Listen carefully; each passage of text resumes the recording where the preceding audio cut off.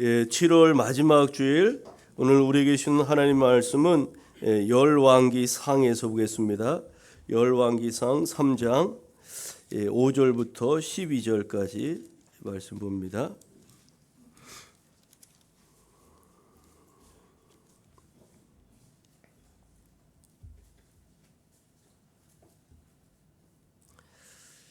열왕기상 3장 5절부터 12절.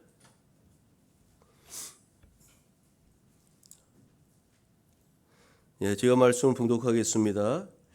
기브온에서 밤에 여호와께서 솔로몬의 꿈에 나타나시니라. 하나님이 이르시되 내가 네게 무엇을 줄고 너는 구하라. 솔로몬이 이르되 주의 종 내 아버지 다윗이 성실과 공의와 정직한 마음으로 주와 함께 주 앞에서 행함으로 주께서 그에게 큰 은혜를 베푸셨고 주께서 또 그를 위하여 이 큰 은혜를 항상 주사 오늘과 같이 그의 자리에 앉을 아들을 그에게 주셨나이다. 내 하나님 여호와여, 주께서 종으로 종의 아버지 다윗을 대신하여 왕이 되게 하셨사오나 종은 작은 아이라 출입할 줄을 알지 못하고 주께서 택하신 백성 가운데 있나이다. 그들은 큰 백성이라 수요가 많아서 셀 수도 없고 기록할 수도 없사오니 누가 주의 이 많은 백성을 재판할 수 있사오리이까. 듣는 마음을 종에게 주사 주의 백성을 재판하여 선악을 분별하게 하옵소서. 솔로몬이 이것을 구하며 그 말씀이 주의 마음에 든지라. 이에 하나님이 그에게 이르시되 네가 이것을 구하도다. 자기를 위하여 장수하기를 구하지도 아니하며 부도 구하지 아니하며 자기 원수의 생명을 멸하기도 구하지 아니하고 오직 송사를 듣고 분별하는 지혜를 구하였으니 내가 네 말대로 하여 네게 지혜롭고 총명한 마음을 주노니 네 앞에도 너와 같은 자가 없었거니와 네 뒤에도 너와 같은 자가 일어남이 없으리라. 아멘. 오늘 우리가 읽은 열왕기상 3장 5절부터 12절 말씀을 중심으로 듣는 마음을 주사라는 제목으로 함께 은혜를 나누겠습니다. 성령 강림절 후 9번째 되는 주일인데요. 참으로 여러분 장마 지나고 나서 폭염이 계속되고 있습니다. 매일 문자가 오죠.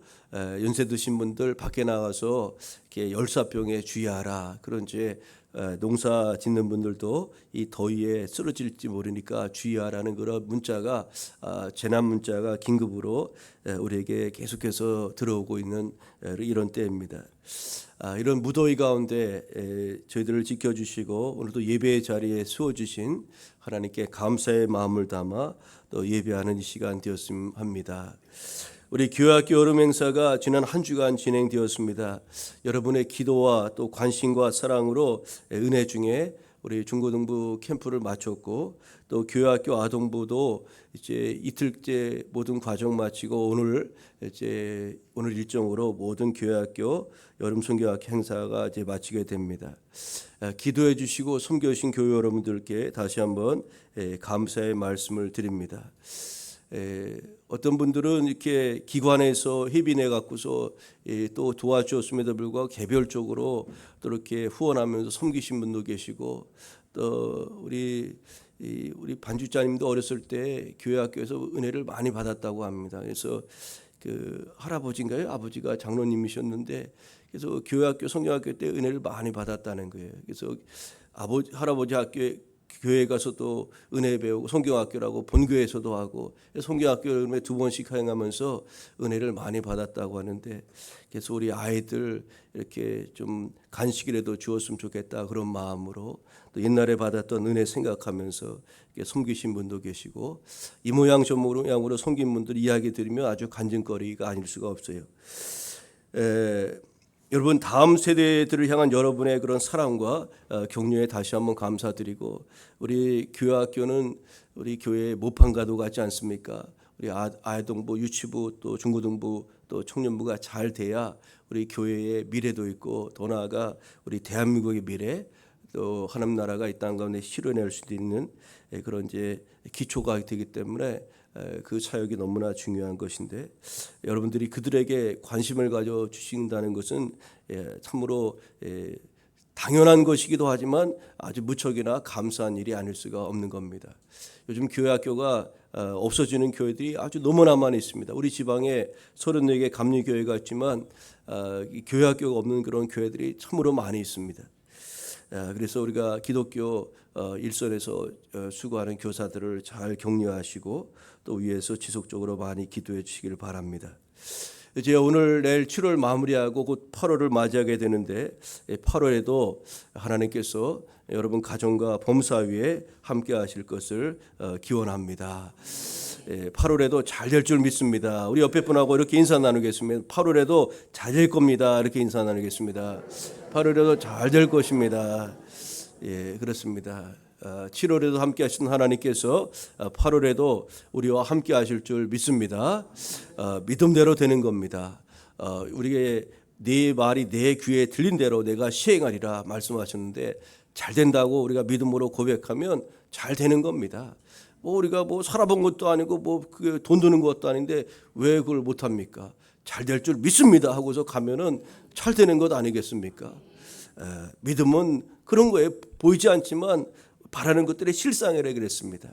우리가 믿음으로 선포하고 나아가면 하나님이 역사하시고 우리가 큰 은혜를 체험하며 나아가게 되는 거죠.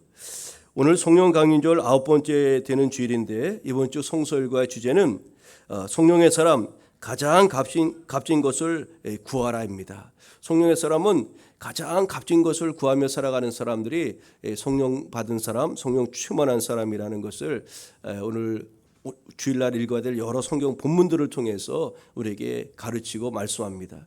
성령의 사람은 귀한 것, 가장 귀한 것을 구하는 사람이어야 한다는 겁니다. 오늘 다윗을 솔로몬을 통해서 정말 어떤 것을 그가 구하였는지 우리가 성령의 사람으로 우리도 하나님 앞에 무엇을 구하며 나아가야 될 것인지 다시 한번 깨닫는 그런 은혜의 시간이 되기를 소망합니다. 성령은요 우리를 땅의 것이 아닌 하늘의 것을 구하는 그런 사람으로 우리를 새롭게 변화시켜 주시죠. 이쪽에는 육의 것을 많이 구하고 육의 것을 생각하였지만 이제 하늘의 것을 구하고 하나님 나라의 가치들을 바라보고 구하면서 그렇게 나아가는 것이 성령 충만한 성도의 그런 변화된 그런 모습이기도 한 겁니다. 로마서 8장 5절 이하에 육신을 따르는 자는 육신의 일을 영을 따르는 자는 영의 일을 생각하나니 육신의 생각은 사망이요 영의 생각은 생명과 평안이라고 말씀하였습니다. 여러분 우리에게 가장 값진 것은 무엇이며 또 나는 그것을 구하는 삶을 살아가고 있는지 성령 충만한 가운데 그런 것을 구하며 살아가고 있는지 오늘 우리가 말씀을 통해서 같이 한번 살펴보고 또 새롭게 결단하는 시간으로 삼으시길 소망합니다. 여러분 열왕기상 3장부터 10장은 솔로몬의 영화, 솔로몬이 부귀영화를 누린 그 내용과 또 성전 건축에 대한 내용이 소개되고 있습니다. 솔로몬은 자신이 성전을 건축하고자 하는 마음이 없었고 그의 아버지 다윗이 그렇게 성전 건축을 하기를 원했지 않습니까? 그런데 하나님이 정말로 원했던 다윗에게는 성전 건축을 허락하지 아니하고 그의 아들인 솔로몬 때에 이것을 이제 이루게 하시죠. 하나님의 방법은 우리 인간의 생각과 좀 다르다는 겁니다. 내 계획과 하나님의 방법이 다르다는 것을 또 우리가 알 수가 있는데 그 중에서 본문은 솔로몬의 통치 초기 이제 왕이 되어서 통치하던 초기의 배경과 또 기본 산당에서의 일천번제 드린 내용 그리고 일천번제 드리고 난 후에 꿈을 통해서 하나님이 그에게 말씀하신 그런 내용들을 다루고 있습니다. 3장 1절부터 3절 우리가 앞부분에 읽지 않았지만 솔로몬은 애굽 바로의 딸과 이제 결혼한 내용이 소개되고 있는데 이것은 당시 솔로몬 왕국이 고대 근동의 최강자였던 애굽과 결혼 동맹을 맺을 정도로 이제 솔로몬 왕국이 국제적으로 지위가 향상되었다는 것을 우리에게 시사하는 것이라고 할 수 있어요. 이 다윗 왕 때는 통일 왕국이었기 때문에 주변의 여러 나라들을 이제 정복하고 다윗이 얼마나 이스라엘 민족의 큰 왕이었습니까? 그의 뒤를 이어서 솔로몬 초기 때도 이렇게 아주 이 나라의 국력이 강성했다는 것을 우리가 볼 수가 있어요. 또한 전반부에 보면 기브온 산당에서 솔로몬이 백성들과 함께 제사를 드렸음을 우리가 알 수가 있는데, 이 기브온 산당에서 제사를 드린 이 내용이 어떤 학자들은 좀 부정적인 그런 측면으로 이렇게 이야기도 하는데, 이 산당에서 기브온 산당에서 제사를 드린 그 이유를 우리가 좀 이해해야 하는데요. 솔로몬과 백성들이 산당이기는 하였지만 하나님께 제사를 드리는 일을 소홀히 하지 않았다는 것을 우리가 알 수가 있는데, 그만큼 솔로몬은 하나님 앞에 예배하는 것, 또 제사하는 것을 아주 귀하게 여기고 열정적으로 하나님께 예배하였음을 알 수가 있습니다. 솔로몬 왕국의 번영의 원인은 여기에서 우리가 찾을 수가 있는데, 바로 하나님과의 바른 관계 속에서 이루어진 것이라는 것을 우리가 알 수가 있는 겁니다. 여러분, 제가 계속 누누이 말씀드렸지만 예배의 성공 없이 하나님의 축복이 없다고 제가 단정적으로 그렇게 말할 때가 얼마나 많이 있습니까? 여러분, 예배에 성공해야 됩니다. 최고의 예배를 하나님 앞에 드려야 돼요. 하나님이 받으실 만한 예배, 정말로 왕 되신 하나님, 내 마음과 뜻과 정성을 다해서 정말로 하나님 받으실 만한 그런 예배를 하나님 앞에 드릴 때 하나님은 그것을 기뻐하시고 하나님을 하나님으로 인정하며 예배하는 그들의 삶 가운데 은혜와 복을 내려주시는 것 아니겠습니까? 여러분이 산당에서의 제사는 그만큼 산당이었지만 그곳에서도 하나님을 열심히 예배하고자 했던 그 솔로몬의 열정, 하나님을 향한 그런 열심을 우리가 볼 수가 있는 것이라고 알 수가 있고요. 또 이 산당에서 제사는 부득이하게 그렇게 드린 것임을 우리가 알아야 되고, 이 산당에서 제사는 솔로몬과 백성들이 이 우상의 제사와는 확연하게 구별되는 이제 제사를 드리기 위해서 그의 아버지 다윗이 그렇게 갈망했던 성전 건축에 대한 그런 이제 필요함을 아주 절실하게 그렇게 또 원하게 되었던 계기도 된 것입니다. 이제 우리가 이 산당에서 예배 드리지 말고 정말로 하나님을 예배할 수 있는 성전을 지어서 그곳에서 하나님을 예배하자, 그런 마음이 이제 솔로몬과 백성들 마음속에 이 산당에서의 제사를 통해서 더 갈급하게 그것이 이제 갖게 되었다고 볼 수가 있는 거죠. 그러니까 두 가지가 긍정적인 측면으로 이 산당에서 제사한 내용을 우리가 생각해 볼 수가 있는 거죠. 이어지는 이제 4절부터 15절까지 우리가 읽은 본문에 해당되는 내용인데요. 솔로몬의 기브온에서 일천 번제와 또 꿈 사건에 대해서 소개하고 있는 말씀인데요. 당시 솔로몬이 기브온 산당에서 제사를 드렸는데, 이것은 언약궤가 안치된 다윗 성의 성막에는 제사를 드릴 기구가 없었어요. 제사를 드릴 때 짐승을 잡고 또 이렇게 여러 가지 성전 기구들이 있어야 되지 않습니까? 그런데 그 다윗 성막에는 그것이 없었어요. 그런데 기브온 산당에는 그것이 있었어요. 그것이 있게 된 배경이 무엇이냐면, 사울 왕이 노브 제사장, 노브이라는 그런 제사장들이 살고 있는 마을에 가서 이 제사장들이 다윗 편을 들어주었거든요. 그러니까 이 사울 왕이 화가 나가지고 그 신하에게 명해서 그 노브이라는 마을에 가서 제사장들을 다 죽입니다. 85명의 제사장들을 아주 하루아침에 몰살시키고 그의 가족들 또 자손들까지 다 죽이죠. 그리고 나서 성막을 이 기브온 산당으로 옮겨와서 제사 드릴 기구들을 이 산당에 다 두었기 때문에 이곳에는 이제 제사를 할 수 있는 그런 여건이 마련되어 있었던 겁니다. 부득이 성전도 물론 없었지만 또 다윗 성의 그 성막에서 제사를 드리면 드릴 수 있었겠지만 거기에는 기구가 없었기 때문에 부득이 이 기브온 산당에서 드릴 수밖에 없었던 겁니다. 사무엘상 22장 18절 이하에 보면 이런 말씀이 있어요. 사울왕이 도액에게 이르되 너는 돌아가서 제사장들을 죽이라 하며 에돔 사람 도액이 돌아가서 제사장들을 쳐서 그날에 세마포 에봇 입은 자 85명을 죽였고 제사장들의 성읍 노베 남녀와 아이들과 젖먹는 자들과 소와 나귀와 양을 칼로 쳤더라. 이 사울 왕이 이렇게 제사장들을 이제 무참하게 죽였고, 또 사울 왕이 그 기브온 산당으로 그 성막의 기구들을 가지고 오게 되어서 이제 그곳에서 부득이 솔로몬이 그게 하나님 앞에 제사를 드리게 되었던 겁니다. 솔로몬이 이곳 기브온 산당에서 일천 번제를 드린 이유가 이것 때문이었다는 것을 우리가 알 수가 있는데요. 일천 번제를 드렸다는 것은 1,000마리의 그런 소 또 그 양을 잡아서 드렸다는 것 아닙니까? 1,000마리. 여러분 소를 1,000마리 매일 하나씩 잡아서 번제로 드렸다고 생각하면 어마어마한 것 아닙니까? 그 하나님 향한 그런 열정과 정성을 우리는 솔로몬을 통해서 볼 수가 있습니다. 또 뿐만 아니라 이것이 1000일이면 여러분 3년 가까이 되는 것 아닙니까? 1년 365일 쳐서 3년 가까이 되는 시간인데 하루도 예외 없이 1,000번 100번 하고 쉬었다가 기분 좋으면 다시금 시작하고 그러는 것이 아니라 비가 오나 눈이 오나 1,000번을 쉬지 않고 계속해서 번제를 드렸다는 것은 그만큼 인내를 가지고 이 솔로몬과 백성들이 하나님 앞에 나아갔다는 것을 보여주는 것인데요. 바로 열정과 인내는 솔로몬이 하나님을 향한 그런 마음이었다는 것을 알 수가 있습니다. 이런 솔로몬에게 하나님께서 나타나셔서 네 소원이 무엇이냐? 내가 네게 무엇을 줄고 너는 구하라고 이렇게 말씀을 하셨던 거죠. 이것은 어찌 보면 솔로몬의 하나님에 대한 열정과 사랑에 대한 그런 응답이라고 그렇게 볼 수가 있는데, 그런데 솔로몬은 이때 무엇을 구하였을까요? 지혜와 듣는 마음을 구하였다고 오늘 성경은 말씀하고 있는 겁니다.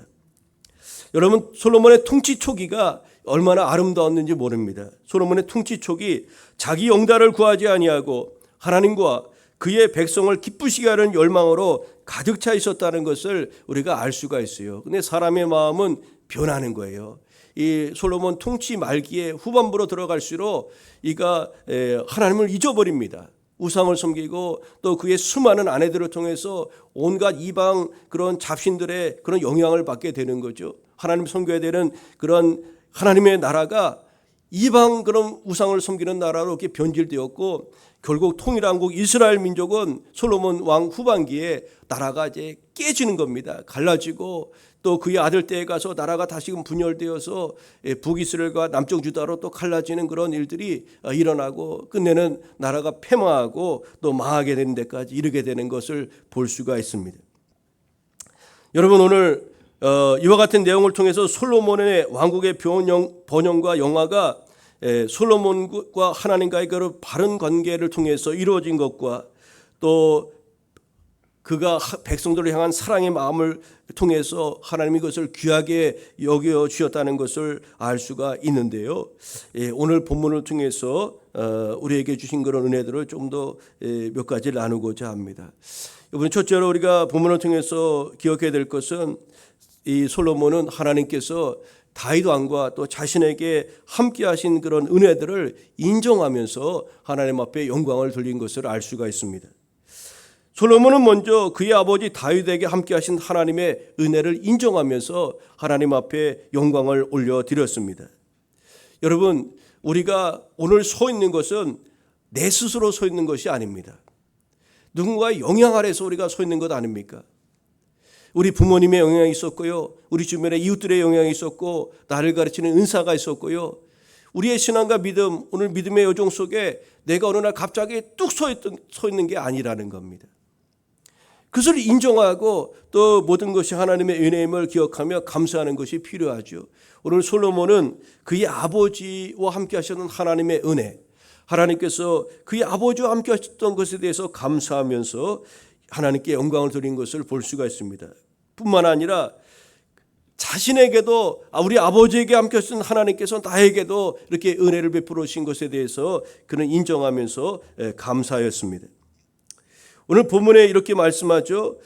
솔로몬이 이르되, 6절에 보니까 이렇게 말씀하죠. 솔로몬이 이르되 주의 종 내 아버지 다윗이 성실과 공의와 정직한 마음으로 주와 함께 주 앞에서 행함으로 주께서 그에게 큰 은혜를 베푸셨고 주께서 또 그를 위하여 이 큰 은혜를 항상 주사 오늘과 같이 그의 자리에 앉을 아들을 그에게 주셨나이다.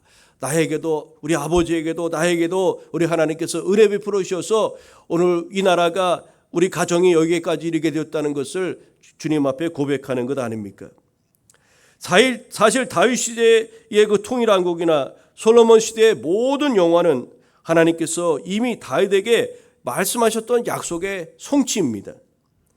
하나님께 우선순위를 두고 살았던 다윗에게 하나님은 축복하셨고 그의 왕권이 번창할 것임을 약속하지 않았습니까? 그리고 그의 어떤 육신적인 그런 왕권이 계속적으로 갔지만 영적인 왕권으로 이제 마침내 마침표를 찍게 되는데, 이 약속은 다윗의 후손으로 오신 메시아 예수 그리스도를 통해서 완전하게 성취되는 것을 우리가 이제 볼 수가 있죠. 여러분, 오늘 본문의 그 말씀 속에서 이 솔로몬은 이때만 하더라도 하나님께서 세우신 왕의 역할이 백성들 위해 군림하는 것이 아니라 하나님 마음에 합한 자가 되어서 하나님의 통치를 이 땅 가운데 이루어가는 자임을 그는 깨닫고 있었던 겁니다.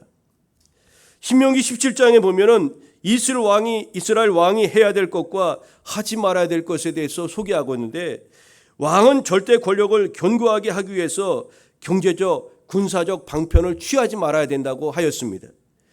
오직 하나님의 말씀을 기억하며 지키는 것이야말로 왕이 감당해야 될 유일한 의무라고 그렇게 성경은 이스라엘 왕들에게 가르쳤던 것입니다.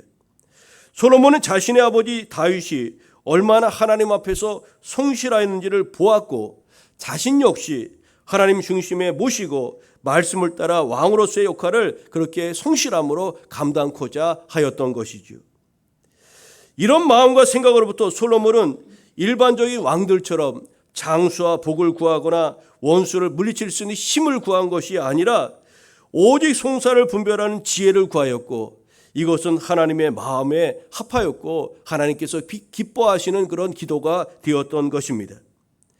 9절 10절에 이렇게 말합니다. 누가 주의 이 많은 백성을 재판할 수 있사오리까? 듣는 마음을 종에게 주사 주의 백성을 재판하여 선악을 분별하게 하옵소서. 솔로몬이 이것을 구하며 그 말씀이 주의 마음에 든지라. 여러분, 아버지 다윗에게 함께 하셨던 하나님의 은혜를 인정하고 하나님께 영광을 돌렸고 백성들을 잘 다스릴 수 있는 지혜를 구한 솔로몬에게 하나님은 기쁜 마음으로 응답해 주셨습니다. 그리고 그가 구하지 않았던 부귀와 영광도 얻을 수가 있었던 것 아닙니까? 12절 13절 하나님의 응답입니다. 내가 네 말대로 하여 네게 지혜롭고 총명한 마음을 주노니 네 앞에도 너와 같은 자가 없었거니와 네 뒤에도 너와 같은 자가 일어남이 없으리라. 그러면서 한 가지 보너스를 더 주었는데 이렇게 말씀하죠. 내가 또 네가 구하지 아니한 부귀와 영광도 네게 주노니 네 평생의 왕들 중에 너와 같은 자가 없을 것이라. 여러분, 솔로몬은 하나님의 아버지에게 행한 그런 하나님의 은혜, 또 자신에게 베푸신 그런 은혜, 또 자신이 왕으로서 어떤 역할을 감당해야 될 것인지를 깨닫고, 그래서 하나님의 기뻐하시는 것을 구하며 나아갔을 때 그것이 하나님 마음에 합한 것이 되었고, 그는 그가 구하지 아니한 것조차도 얻게 되는 그런 은총을 입는 그런 하나님의 사람이 된 줄로 믿습니다. 우리가 하나님을 하나님으로 인정하고 우리 부모님께, 우리 민족 가운데, 우리 교회 가운데 여러 가운데 함께 하신 하나님의 은혜를 기억하고 감사할 뿐만 아니라 또 우리에게도 은혜 베풀으신 그 하나님을 기억하며 감사하고, 또 우리가 믿음으로 나아갈 때 하나님은 기뻐하시며 또 우리가 구하는 바 기도에도 또 응답하시게 될 줄로 믿습니다. 오늘과 본문을 통해서 얻을 수 있는 두 번째 은혜는 무엇이냐면, 위대한 사역은 겸손을 통해서 계승된다는 사실입니다. 오늘 본문 7절 8절을 보니까요, 이런 말씀이 있어요. 다윗은 하나님 앞에서 자신을 어떻게 소개하는지를 우리가 알 수가 있는데, 솔로몬은 하나님 앞에서 자신을 종이라, 어린아이라 이렇게 이야기합니다. 출입할 줄 모르는 어린아이와 같다고 그렇게 이야기합니다. 여러분, 일국의 왕이 자신을 향해서 종이라고 말하고 또 출입할 줄 모르는 어린아이와 같다고 그렇게 자신을 소개하고 있다는 점을 우리는 주목해 볼 필요가 있습니다. 솔로몬의 아버지 다윗 왕은 어떤 사람이었습니까? 여러분, 지금도 이스라엘 백성들은 다윗 하면 껌뻑 죽습니다. 데빗 이 이름만 해도 아주 껌뻑 죽는 것 아닙니까? 제가 이전에 이스라엘 성지순례 갔을 때 데빗 호텔이 있어서 다윗 호텔. 근데 그 이름 때문에 그 호텔 가격이 비싸다는 거야. 가이드가 말하기를. 이름만 걸어도 다르다는 겁니다. 다윗이라는 이름이 이스라엘 백성들에게는 그렇게 특별한 이름입니다. 왜 그랬을까요? 이 다윗 왕이 그 왕으로서 하나님 앞에 오늘 본문에도 있지만 성실함으로, 또 하나님 하면 껌뻑 죽었던 대표적인 왕이 다윗 왕 아닙니까? 다윗처럼 하나님을 기뻐했던 왕이 여러분 도대체 누가 있습니까? 그런 탁월한 업적을 남겼고, 남북으로 갈려졌던 이스라엘 민족의 통일왕국의 지도자, 초대 지도자 왕이 되었던 인물 아닙니까? 그와 같은 위대한 선왕 다윗의 뒤를 이어서 나라의 통치자가 된다는 것은 솔로몬에 있어서 그냥 기쁜 것만은 아니었다는 거예요. 얼마나 부담스러웠겠습니까? 백성들은 말할 것 아닙니까? 선왕은 이렇게 했는데 당신은 왜 이렇게 합니까? 우리 역대 조상들 우리 세종대왕이 아주 위대한 왕이라고 이야기하지 않습니까? 왜 그렇게 말합니까? 서로 왕들을 비교하는 것 아닙니까?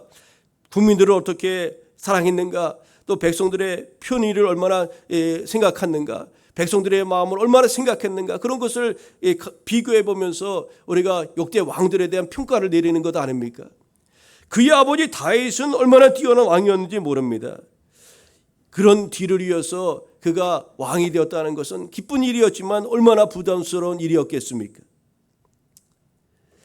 백성들은 다른 왕들과 비교하면서 자신에게도 기대하는 바가 분명히 있지 않았겠습니까? 이런 부담을 안고 오늘 말씀처럼 솔로몬은 다윗을 대신하여 왕이 되었던 겁니다. 다윗을 대신하여 왕이 되었다고 성경은 그렇게 말씀하고 있죠. 여러분, 솔로몬은 자신의 한계와 부족함을 하나님 앞에 인정했다는 거예요. 나는 다윗이 아닙니다. 하나님, 저는 솔로몬입니다. 그렇게 자신의 연약함과 한계를 하나님 앞에서 인정했다는 거죠. 우리는 자신을 이렇게 감추려고 합니다. 부족함을 감추려고 없는 것을 가지고 있는 것처럼 드러내려고 하지 않습니까?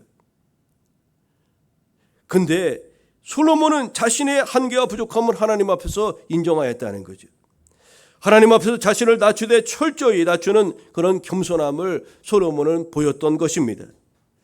자신의 부족함을 인정하는 이 겸손은 결국 하나님의 손을 바라보게 만들어 온 겁니다. 우리가 겸손해야 하나님을 바라볼 수가 있어요. 나는 알 수 있습니다. 내게 능력이 있습니다. 여러분, 하나님께서 왜 이스라엘 그 작고 작은 나라를 하나님의 손민으로 택하셨다고 성경은 말씀합니까? 내 힘으로, 내 능력으로 모든 것을 이루었다고 그렇게 말할 수 없게 하기 위함이 아니었습니까? 하나님이 행하셨다고, 하나님이 나의 왕이라고 그것을 손폭하게 하기 위해서 그 주변에 이집트, 페르시아, 헬라 주변의 열강들 세이 작고 작은 나라, 그렇게 작은 나라를 하나님께서 택하신 것 아닙니까? 여러분, 솔로몬은 일국의 왕이었지만 하나님 앞에서는 철저히 자신을 낮추는 그런 겸손함을 보이며 나아갔던 겁니다. 나는 당신의 종입니다. 나는 당신의 앞에 어린아이와 같습니다.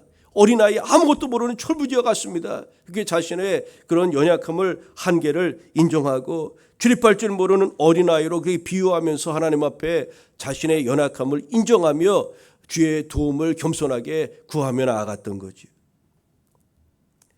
여러분, 그의 아버지 다윗이 어떠했습니까? 그의 아버지 다윗은 자신은 목자의 인도함을 받는 양이라고 그렇게 이야기하지 않았습니까? 하나님은 나의 목자시오, 나는 그의 양이라. 하나님은 선한 목자시오, 나는 그의 양이라고 그렇게 자신을 그렇게 고백하며 나아가지 않았습니까? 또 그의 아버지 다윗은 하나님 앞에 언제나 하나님의 종이라는 그런 고백을 드리면서 하나님과 하나님의 인도하심과 보호하심을 받고 나라를 그렇게 평생을 그렇게 이끌어왔던 것 아닙니까? 그런 것을 바라본 이 솔로몬은 그 아버지 다윗을 바라보면서 그런 겸손함을 오늘 하나님 앞에서 취하였던 것입니다. 나는 당신의 종입니다. 나는 어린아이와 같습니다.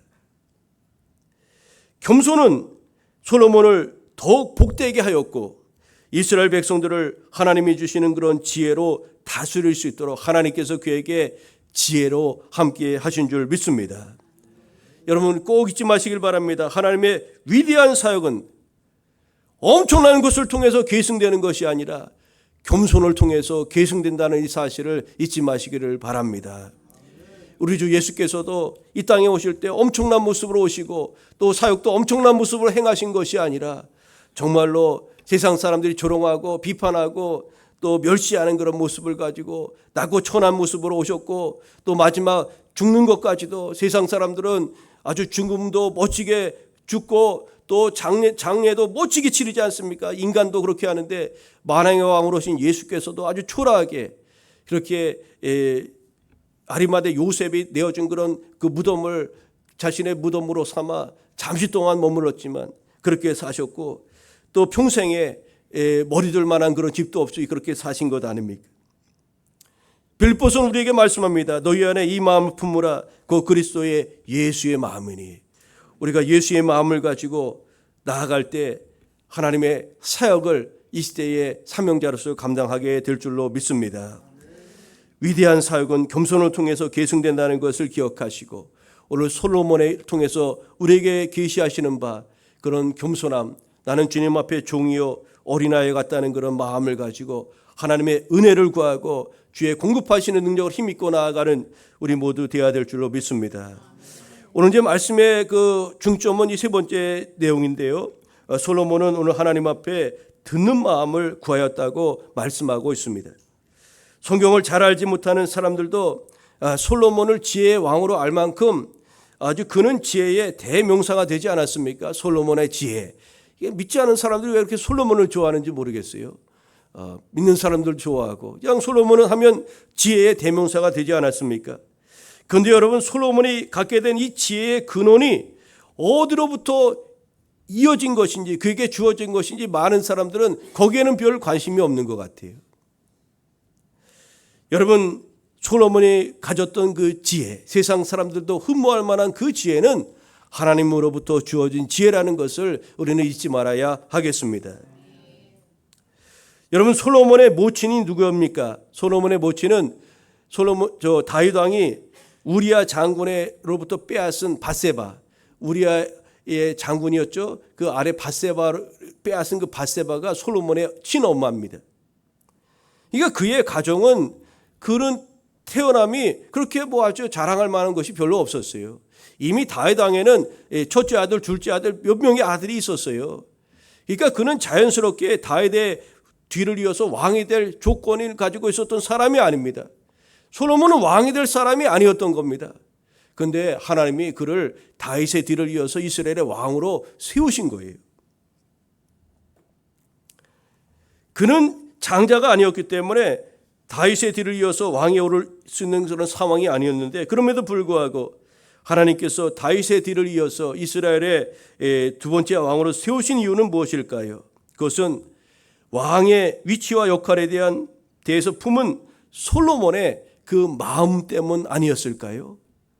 왕으로서 또 백성들이 향한 마음, 또 하나님을 향한 그런 마음이 어땠는지를 하나님께서 기뻐하셨다는 겁니다. 다윗의 아들, 다윗의 그 장남 또 차남 이런 아들들이 있었어요. 아주 싸움도 잘하고 왕 후보감으로 있던 그런 아들들이 많이 있었습니다. 특별히 압살롬과 아도니아라는 그 아들은 모든 권력을 독차지하고 아버지의 뒤를 이어서 왕이 되려고 아주 뒤에서 여러 가지 그런 작전들을 펼치고 있었던 겁니다. 그런데 이들의 계획은 수포로 돌아가고 맙니다. 이들과 달리 솔로몬은 왕위와 관련해서 품고 있던 그 마음이 오늘 본문에 고스란히 담겨 소개되고 있는데, 솔로몬은 과연 어떤 왕이 되고자 하였던 것일까요? 솔로몬이 기브온 산당에서 1,000번제를 드리고 난 이후에 하나님께서 꿈을 통해서 그를 만나주시지 않았습니까? 하나님께서 솔로몬에게 왕으로서 무엇을 구하는지 물으셨어요. 왕으로서 내가 네게 무엇을 줄 거 너는 구하라, 이렇게 묻지 않으셨습니까? 솔로몬은 이 하나님의 물음 앞에 선악을 분별하는 듣는 마음을 달라고, 선악을 분별하는 듣는 마음을 달라고 그렇게 하나님 앞에 간구하죠. 여러분, 9절 말씀을 제가 평소 잘 인용하는 메시지 성경을 통해서 읽어드리겠어요. 메시지 성경에 이렇게 번역되어 있습니다. 제가 원하는 것은 이것입니다. 하나님의 음성을 듣는 마음을 주셔서 주의 백성을 잘 인도하고 선악을 분별하게 해 주십시오. 주님의 영화로운 백성을 어느 누가 자기 힘으로 다스릴 수 있겠습니까? 여러분, 여기에서 솔로몬의 그 마음을 알 수가 있지 않습니까?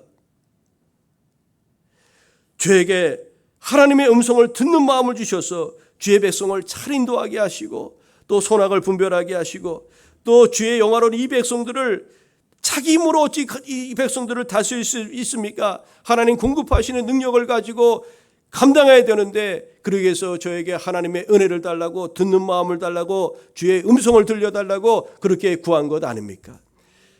다윗의 아들 압살롬 아도니아 아주 육신적으로 전쟁에 능하고 기골이 장대하고 왕감으로 조금도 손색이 없어 보였지만 하나님은 그를 이스라엘의 왕으로 세우신 것이 아니라 정말로 그 마음에 하나님을 담고 하나님이 소중히 여긴 가치들을 마음에 품고 있는 그 사람을 세워서 이스라엘의 왕으로 그렇게 삼으셨던 겁니다. 솔로몬 당시 왕은 절대 권력자였습니다. 다시 말해 왕이 말하는 것이 곧 법이 없던 시대가 솔로몬 시대였다는 것입니다. 지금 우리나라의 법체계에는 헌법이 있고요, 법률이 있고, 명령이 있고, 조례와 규칙이 있습니다. 이렇게 우리 법에 단계가 있어요. 가장 상위법이 헌법이죠. 그리고 세 번째가 명령인데 이것이 바로 대통령 영어를 일컫는 그런 대통령을 비롯한 일대 국무총리령도 있고요. 그 명령에 따라 법체계가 이루어지는 겁니다. 여러분, 대통령의 뜻은 대통령의 영으로서 법적 지위가 법으로 보장되어 있지만 그 대통령 영은 헌법이나 법률 아래에 존재하고 있는데 고대 시대는 그렇지 않았다는 겁니다. 고대 시대에는 왕명이 곧 법이었던 겁니다. 왕의 말이 법이었던 시대였다는 거지. 솔로몬은 다른 왕들처럼 권력과 부와 장수를 구할 수도 있었겠지만 그것을 구하지 않고 선악을 잘 분별할 수 있게 하는 듣는 마음을 하나님 앞에 기도로 드렸죠.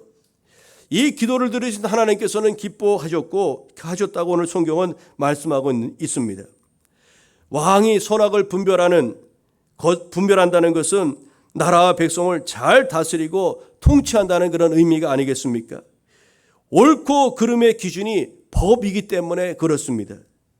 여러분, 그런데 왕의 생각과 말이 법이었던 시대에 솔로몬은 그 분별력을 자신에게 두지 아니하고 듣는 마음, 하나님의 말씀 앞에 두었다는 것을 우리가 알 수가 있는 겁니다. 환경과 감정에 따라 수시로 변하는 자신의 생각과 말이 법이 아니라 영원히 변치 않은 하나님의 말씀이 법이 되어야 된다고 그 솔로몬은 그렇게 여겼던 거죠.